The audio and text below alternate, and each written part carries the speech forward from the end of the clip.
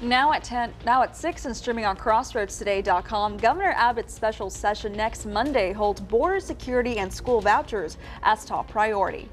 District 27 Representative Michael Cloud backs Jim Jordan as the next Speaker of the House.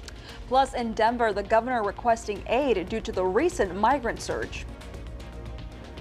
Well, it turns out to be a really great night for football. We've got a game in Bay City, one in Victoria, one in Cuero, and one in Yoakum. All that. I'll have a forecast for all of that coming up in a moment. And speaking of game day, it's the oldest continuous rivalry in the state. That's coming up in sports. You're watching 25 News now at 6. Good evening and thank you for joining us. I'm Don Brubaker. And I'm Karina Garcia. Last night at around 11:35, Jackson County authorities were on the scene of a fatal two-vehicle crash on State Highway 172 and State Highway 35. A 2021 silver Nissan was traveling northeast on 35 and was preparing to make a turn before it was hit by a 2020 Hyundai SUV traveling southwest on the same road. The driver of the Nissan, 67-year-old Paul Jordan from Missouri City, was killed in the crash. Two people in the Hyundai were taken to a hospital in Victoria, and now this crash is under investigation. 41-year-old David Rodriguez of Gonzales arrested in Victoria County Friday. Rodriguez taken into custody on a violation of probation warrant. The original charge was aggravated assault with a deadly weapon. Rodriguez held in the Victoria County Jail in lieu of $500,000 bond. Wharton police arrested 21-year-old Zane Latekep Friday afternoon. He faces an aggravated assault with a deadly weapon charge. Latekep is a suspect in a shooting last Sunday in the 700 block of Jefferson Street in Wharton. Authorities say the victim, identified as Jalen Tolbert, was shot numerous times while sitting inside his car. One minor injury resulted from an explosion and fire near Shiner Tuesday night. Marathon oil officials told us it was their pipeline that caught on fire and that the fire was put out quickly. The fire happened east of Shiner on Highway 90A, just outside the city limits. Authorities tell us the Texas Railroad Commission was at the site investigating the fire Wednesday. At least 5 people were hurt in a shooting Thursday night in North Lubbock. Officials believe responded to the call at about 9:30 p.m. When they arrived to the scene, they found 3 people suffering from gunshot wounds. All 3 of those individuals taken to a local hospital with moderate injuries. Authorities say 2 other people were transported to the hospital by private vehicle. So far, no arrests have been made as the shooting remains under investigation. And now let's shift gears to the weather with meteorologist Mac Bettis. Mac, what do we have tonight for Crossroads Football Live? Well, what I've been promising you all along, it's going to be a great evening. Now, the rain has all ended, but the cloud deck seems to be hanging around. You're thinking, well, it's kind of gloomy, but we have no rain around the area. This is all high-level stuff coming in from the west coast. Our temperature right now, 81. Of course, it's going to be dropping. We're looking, of course, we didn't manage to get to a high of only 83, but we'll be game times in the 70s with no rain problems tonight. We'll have all that coming up in just a moment. Mac, thank you. Former House Speaker Kevin McCarthy denied reports on Friday that he's thinking about resigning from Congress before his term ends in 2025. McCarthy also said Friday he plans to run for re-election. McCarthy has served in the House since 2007 when former President George W. Bush was in the White House. Now, U.S. Congressman District 27 Michael Cloud endorsed Congressman Jim Jordan for House Speaker Friday afternoon. On Facebook Friday, Congressman Cloud said, quote, "Jim Jordan is a man of integrity, principle, and vision. I truly believe he would unite our conference and inspire the kind of change Congress has desperately needed for so long," unquote. The next special session of the Texas legislature starts Monday. And at the top of Governor Abbott's agenda is border security, followed by school vouchers. A special session months in the making. Governor Greg Abbott is calling on the Texas legislature to come back to the Capitol on Monday for a 3rd special session. At the top of the agenda released Thursday afternoon, setting up a program to allocate taxpayer money for private education, picking up almost exactly where we left off, where the Texas House could not agree on the divisive measure. It leaves the House in the position that it was in during the regular session, in which you've got the war of all against all. And that also includes some of the voucher advocates. Has anything changed in the last few months? Absolutely. Mandy Drogan is a school choice advocate at the Texas Public Policy Foundation, a conservative think tank that has campaigned extensively for school choice. I do think that more legislators are on board and they realize that this is truly a rising tide that is going to lift all boats. Where that goes in the Texas House isn't entirely clear given the mixed polling and remarks on school choice, particularly from rural Republicans. Just as prominent, too, Abbott's calls for border security legislation. That includes increases to criminal penalties for illegal entry across the southern border, which could pit Texas in another legal fight with the federal government, as it's already in a suit over Governor Abbott's floating border buoys. But concerns for addressing immigration came from both sides, as a surge in migrants across the border prompted a bipartisan call to action. There is a real policy issue here that matters not just to Republicans, but also to Democrats.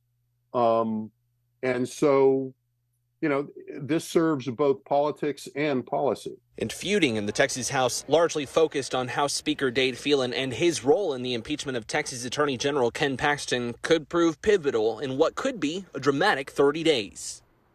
State Representative District 30 Jeannie Morrison sent us this statement on the special session, quote, "In particular, fortifying our southern border is of utmost importance to my constituents and all Texans. I am eager to build on the efforts Texas has made to defend our sovereignty," unquote.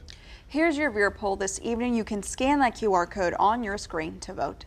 The question is, which item of the third special legislative session are you watching closely? Is it education savings account, border security measures, public safety and property rights, or ending COVID restrictions? According to these results, it looks like border security measures stands at the highest with 70%. Thank you for voting. We're going to have an update later on 25 News Now at 10. Now in Colorado, Denver, overwhelmed with the recent surge of migrants. The city has asked the governor for National Guard support, but that request is being denied. That's because the Colorado National Guard can be called in without a declared state of emergency.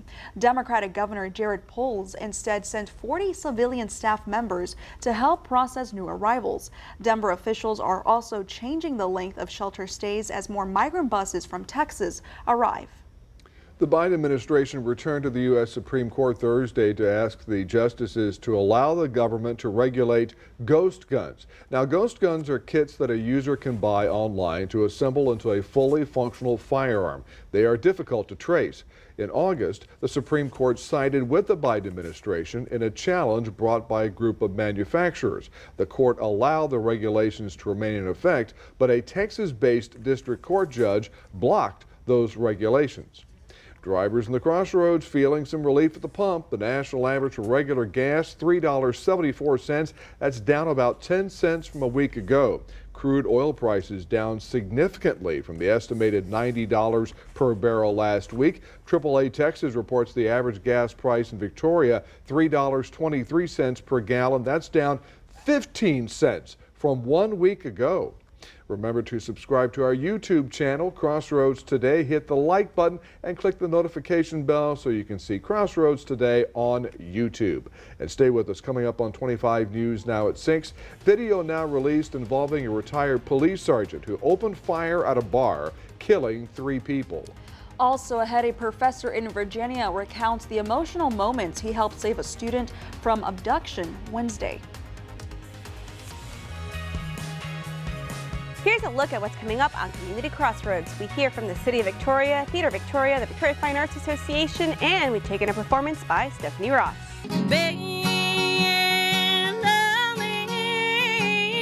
Takes up all my time. All I do is think of this love he left behind. I sure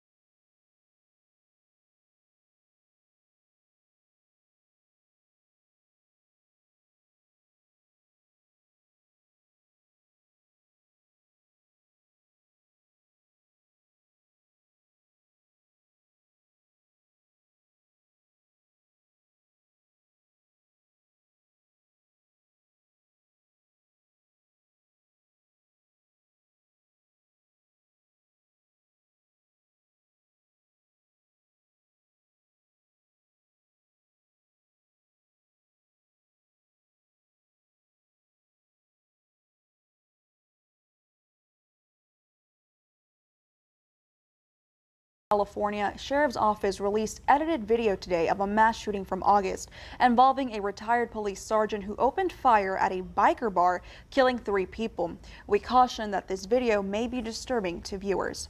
Sheriff officials say 59-year-old John Snowling was armed with multiple weapons when he went inside Cook's Corners bar looking for his estranged wife. Snowling opened fire, striking her once and also shooting a woman who was with her. The sheriff says Snowling then randomly began shooting people inside the bar, killing 3 people and wounding 6 others.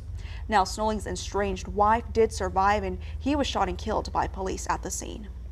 A major breakthrough in the United Auto Workers strike Friday. The president of the union, Shawn Fain, says they've reached an agreement with the big 3 automakers, Ford, General Motors, and Stellantis. Fain says the agreement concerns the future of auto jobs. Fain said the union was close to shutting down GM's largest money-making plant in Arlington. 5,000 workers at that plant. The announcement does suggest the strike, which started 2 weeks ago, could soon come to an end. The plan was to draw down engine and transmission plants and permanently replace them with low-wage battery jobs. We had a different plan, and our plan is winning at GM. And we expect it to win at Ford and Stellantis as well. General Motors released a statement Friday which said, quote, negotiations remain ongoing. Our goal remains to reach an agreement that rewards our employees and allows GM to be successful into the future, unquote. The George W. Bush Presidential Center in Dallas opened back for business this morning after an evacuation Thursday. According to a social media post, the center says it evacuated after National Archives and Records Administration staff received a suspicious email. The center says local authorities were notified out of caution, but police at Southern Methodist University, which is where the Presidential Center is located, later declared the email a hoax. A University of Virginia professor shaken after he helped stop a kidnapping in progress. The horrific incident happened outside his Charlottesville home Wednesday night. I have 3 daughters. I have a granddaughter. I have a wife. I have 10,000 women at UVA who I consider to be my family. Choking back tears.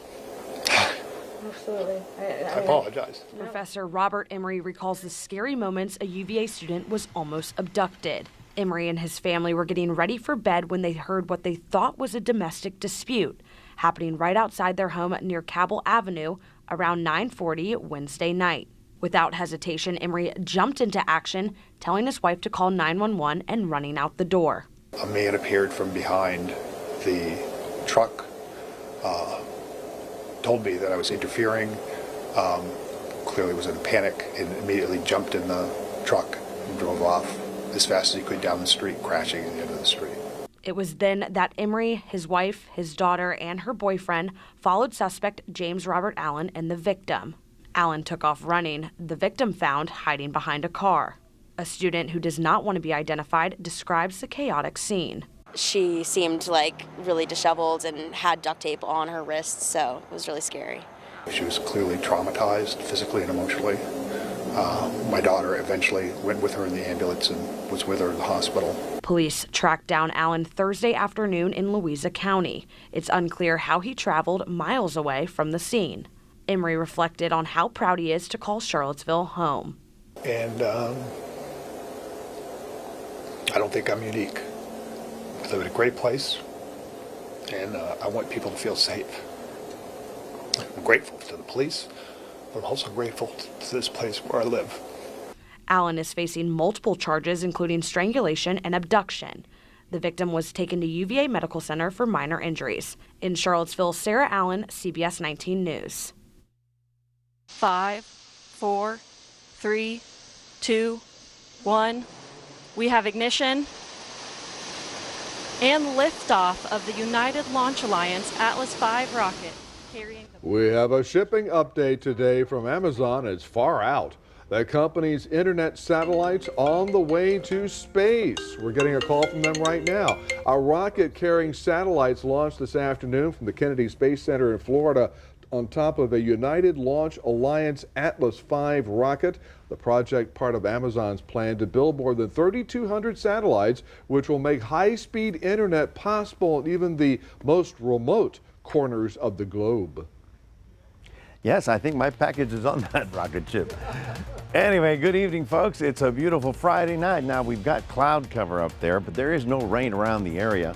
And the temperatures are getting much more agreeable for the next couple of days. In fact, 81 right now. We did manage to get up to only 83 today. Tomorrow, we're looking for mid-70s. Oh, it's going to be a great weekend. We'll talk about it coming up after this.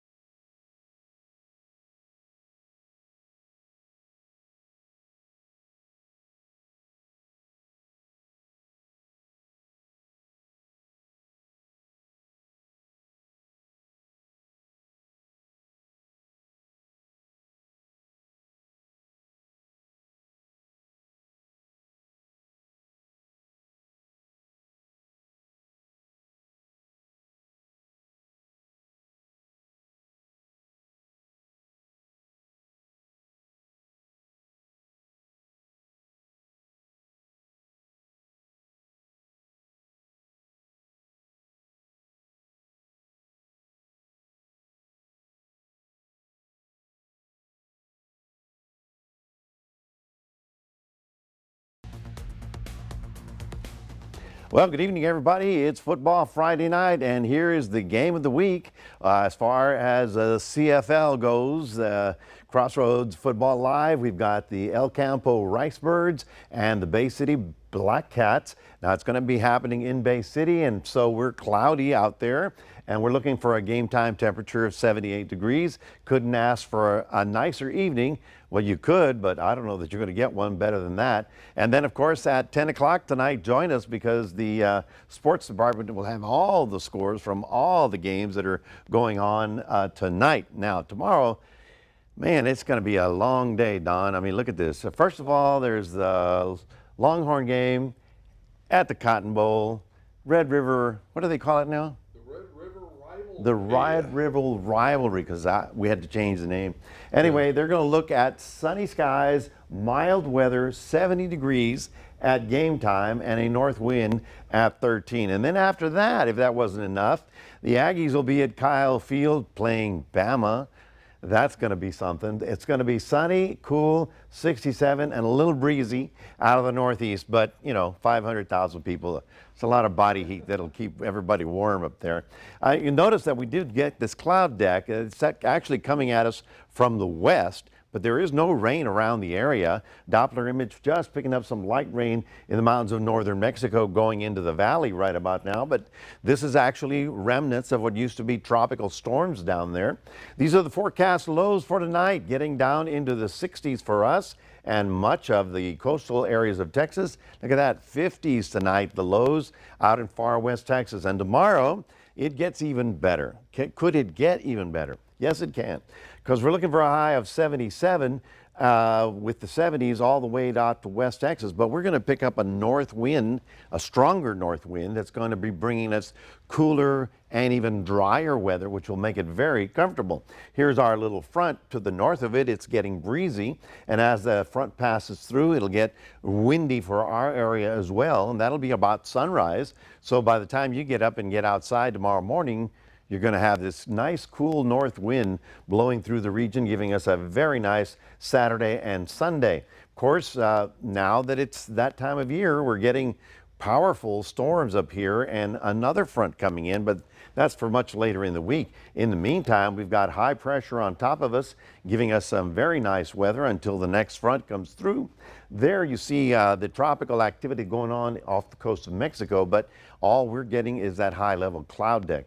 We do have one last, well, Philippe is still out there in the Pacific, rather Atlantic, moving northbound. Looks like it's going to be affecting Maine, the state of Maine, as a tropical storm. So what about us? Well, if you have a chance to do a little fishing tomorrow morning, 7:24 your sunrise, 7:05 is your sundown. Just remember, it's going to be a little breezy out of the north. Looking at temperatures, much more reasonable, 78 in Port Lavaca. Tomorrow in Cuero, only 75. We're looking for a terrific weekend with a nice north wind, making it breezy and cool all the way through Monday. That's your 7-day forecast, reminding everybody we've got a QR code. We'd love for you to scan that and put Crossroads Today on your phone. Here's Karina. Thank you, Mac. And now here's Sports Director Gina Perez. Thanks, Karina. We will take a look at some of the games that we will have highlights for tonight. That's coming up after the break.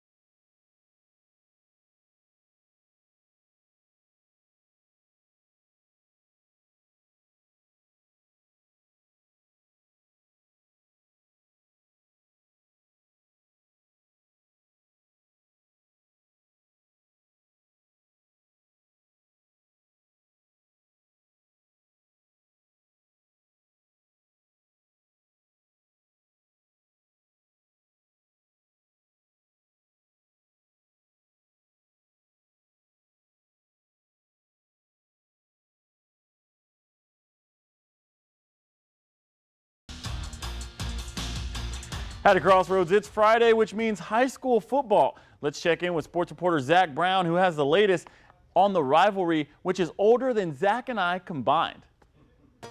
Well, the El Campo Ricebirds are searching for win number 4 in a row in a game now. That has happened 104 years in a row. One of the oldest rivalries in the state of Texas between the El Campo Ricebirds and the Bay City Black Cats. And for El Campo, they haven't lost a district game since 2019, and they don't plan to start now. Yes, there we go. Head coach Travis Reeve and his Ricebirds could have laid down early, starting 0-2, but now they find themselves back in the top 10 in state rankings. We didn't panic when we had the 0-2 start, and we just kept believing, kept working, and when you do that and you stick together, good things happen. And you know, we've been able to put some wins together, and that's been a positive thing for us. When it comes to this game, you could throw the records out the window. These programs know each other very well. In fact, it's the oldest continuous rivalry in the state, now at 104 consecutive years. But this is the 120th overall time they've met. This is more than just a regular district game. It's just a big time feeling. You know, just going out and having fun, make sure we come out and do our job, take care of take care of situations and get the win. El Campo is not short on confidence coming into this week. Ladarian Lewis is calling his shot ahead of the big matchup. Do what we do every year. What's that? Win. We gonna win.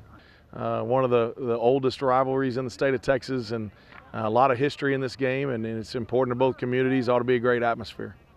Gotta love that there from Ladarian, but this entire team feeling very confident coming into this week. Oliver Miles has been fantastic since returning from his injury, but he wants to make it clear he's not the only one responsible for this great turnaround. The entire team has gotten much better, which is why they're riding a 3-game winning streak and why they're back in the top 10 in state rankings. In El Campo, they have a sign that says, "Protect the tradition." Well, this is certainly one of those games they don't want to lose. Zach Brown, KVUTV 25, News Now Sports. Thanks, Zach. And I'll be at Memorial Stadium here in Victoria to see if the West Warriors' undefeated district streak will continue or not. West will have a tough test tonight against the defending district champions, the Veterans Memorial Eagles. The Eagles are 4-1 on the year, with its only loss coming against the El Campo Ricebirds in Week 3. Kickoff is at 7:30 on Frostbank Field. And the St. Joseph Flyers are still hunting for its second win of the season and its first district win of the year. Tonight, they will be playing against San Antonio Christian. That game will be in Ganado at 7 p.m. The other game that we will be at tonight is between the Cuero Gobblers and the Giddings Buffaloes. Cuero comes in as heavy favorites for tonight's game since they are the number 4 ranked team in the state. The two will battle it out at 7:30 in Gobbler Stadium. And then also, these games are just so hyped and everything, but we have over the weekend some big matchups, including the Texas Longhorns facing off the Texas A&M Aggies, also playing against Bama, and you have the Astros playing as well. I mean, there's just, and the Dallas Cowboys versus San Francisco. So much football going on. Don and Karina, back to you. And we should mention the Texas OU game, or the OU-UT game, depending on how you look at it, will be live right here on this station tomorrow morning at 11, and then A&M versus Alabama, 2:30 tomorrow afternoon on our sister station, CBS 41. There you go. We got you covered. All right. Yeah. Well, looking forward to it. Thank you, Don. Thank you, Gino. We're back in a moment. A Wisconsin woman turned her front yard into a Halloween display of skeletons in different Taylor Swift outfits. We have this story straight ahead.